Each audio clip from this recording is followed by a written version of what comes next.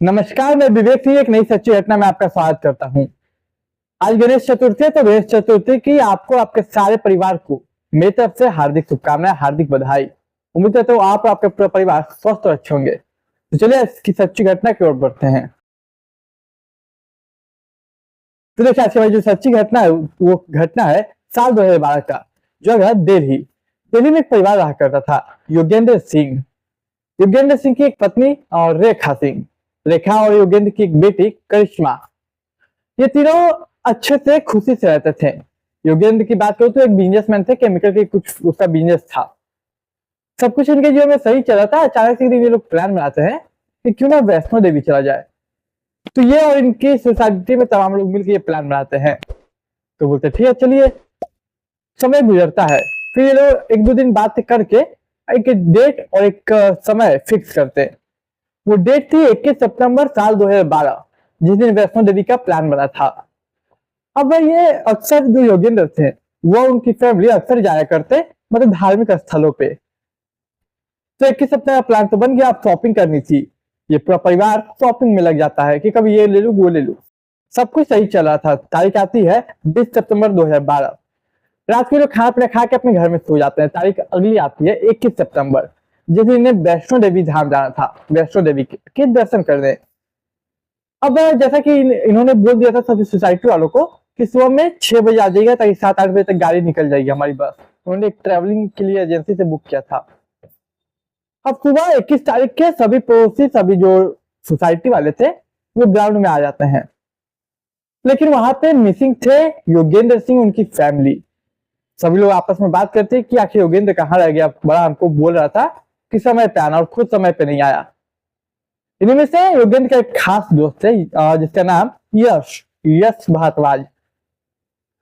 वो कॉल करते हैं, क्या योगेंद्र कॉल नहीं उठाता। अब बोलते थे आप रुके, हम देख के आते हैं। अब उसी के दोस्त जो थे वो जाते हैं।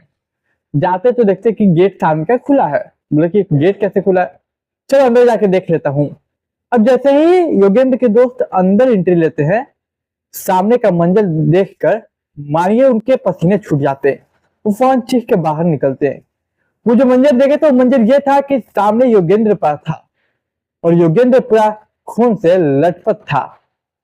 फौरन पुलिस को कॉल किया जाता है, पुलिस मौका वारदात पे पहुंचती। अब देखिए, योगेंद्र के घर में उसकी बेटी और उसकी पत्नी भी थी, तो वो लोग है कहाँ। अब पुलिस पूरे घर के अच्छे से तलाशी लेती, तो पहले फ्लोर पे बेटी यानी कि करिश्मा का लाश मिलता। उसको तकिया से मार दिया गया था घोट कर।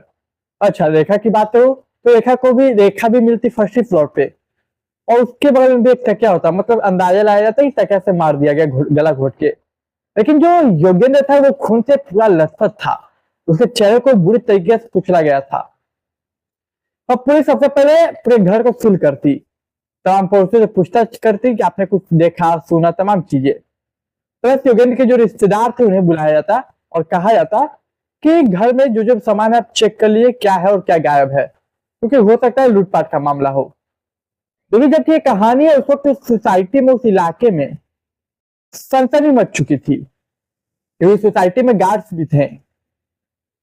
अब देखिए, समय गुजरता है, फोरेंसिक के लिए भेजा जाता है बॉडी को पोस्टमार्टम करने के लिए, और अपनी इन्वेस्टिगेशन पुलिस शुरू करती।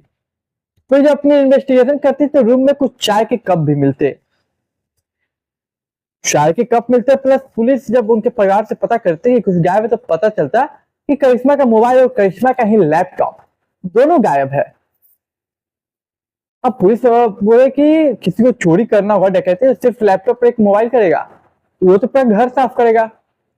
तो कुछ मामला समझ में नहीं आता। लेकिन फोन गायब है तो कहीं ना कहीं तो बेचा जाएगा। पुलिस अब करिश्मा का नंबर लेके फोन को सर्विलेंस पे डालती। फोन अब सर्विलेंस पे है।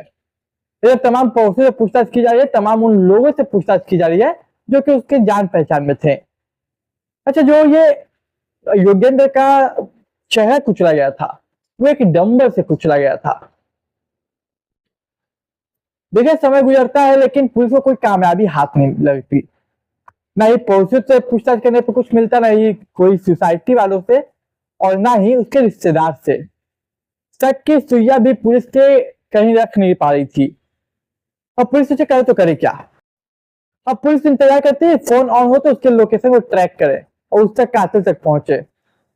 हालांकि पुलिस कुछ देर इंतजार करती है, लेकिन जब पुलिस के ऊपर प्रेशर पब्लिक का पड़ने लगता, पॉलिटिशियन प्रेशर पड़ने लगता, तो पुलिस भी अब समझ जाते कि लोकेशन फोन ऑन हो नहीं रहा, लोकेशन का पता चल नहीं रहा है, केस हमें खुद ऐसे ही सॉल्व करना होगा। खैर समय गुजरते जाता है, कुछ पता नहीं चलता इसके बारे में। तमाम प्रेशर पुलिस वालों के ऊपर, पड़ोसी हो, रिश्तेदार हो या फिर पॉलिटिशियन हो, क्योंकि उस समय एक सनसनी खबर थी कि एक ही परिवार में 3 लोगों को यूं ही मार दिया गया और किसी को कानों कान तक खबर नहीं हुआ। पूरा सोसाइटी कैसे सो रही थी। फिर पुलिस की जो फॉरेंसिक टीम थी उन्होंने बताया चेक करने के बाद कि इस कमरे में जो भी आया है वो कोई जान पहचान वाला है, कोई फोर्सफुल एंट्री नहीं है, पक्का कोई जान पहचान का कोई अपना है। और जो ये डंबल से मारा गया था योगेंद्र को, वो डंबल 2nd फ्लोर पर रखा गया था। और डंबल कहाँ रखा गया है ये किसी को कैसे पता, पर कोई अपना ही है जिसने इसका कत्ल किया। खैर पुलिस अपना इन्वेस्टिगेशन लगातार जारी रखी, फोन ऑन होने का वेट की, लेकिन फोन ना ऑन होता है और इन्वेस्टिगेशन में कोई नया मोड़ आता है। फिर कुछ समय गुजरता है तो एक चोरी के मामले में, मतलब लूटपाट के मामले में कुछ लोगों को गिरफ्तार किया गया था। उस गिरफ्तारी में कुछ लोगों को टटोला गया, तो उसमें से एक शख्स बोलता है कि सर उस घर में मैंने ही चोरी किया था। लेकिन देखिए उस शख्स ने कबूल तो लिया कि मैंने चोरी किया था, मैंने कत्ल किया। लेकिन पुलिस ने जो वहां पे देखा सीन, उससे पूछा कि क्या हुआ, तो वो नहीं बता पाया। पुलिस ने रिक्रिएट भी किया उस सीन को, तो वहां पे कुछ वो नहीं बता पाया। डीएनए को मैच करवाया गया, जो भी मिला खून वगैरह, कुछ मैच ही नहीं हुआ। तो सवाल ये क्या कि उस शख्स ने अपने ऊपर ये इल्जाम क्यों लिया। देखिए कहानी साल 2024 अब तक अनसॉल्व केस है। आप बताइए कि कोई क्यों मार सकता है किसी को, क्योंकि अगर उसे चोरी करनी होती तो चोरी तो बहुत सारे सामान करता, केवल एक फोन एक लैपटॉप, इसके लिए 3 कत्ल? मुझे नहीं लगता। आपको क्या लगता है इस कहानी पे आप कमेंट कीजिएगा। आज ये कहानी अनसॉल्व है, पहली या दूसरी कहानी में सुना रहा हूं अनसॉल्व केस, लेकिन आप कमेंट करके बताइए क्या वजह हो सकती है कत्ल करने की और कौन कातिल हो सकता है। तो देखिए आप कहानी सुनते रहिए, हर रात 9 बजे मैं आता हूं एक नई और सच्ची घटना लेके। तो ऐसी कहानी के लिए मुझे सब्सक्राइब कीजिए, कमेंट कीजिए, लाइक कीजिए और मैं मिलूंगा एक नई कहानी में। तब तक के लिए मुझे दीजिए इजाजत।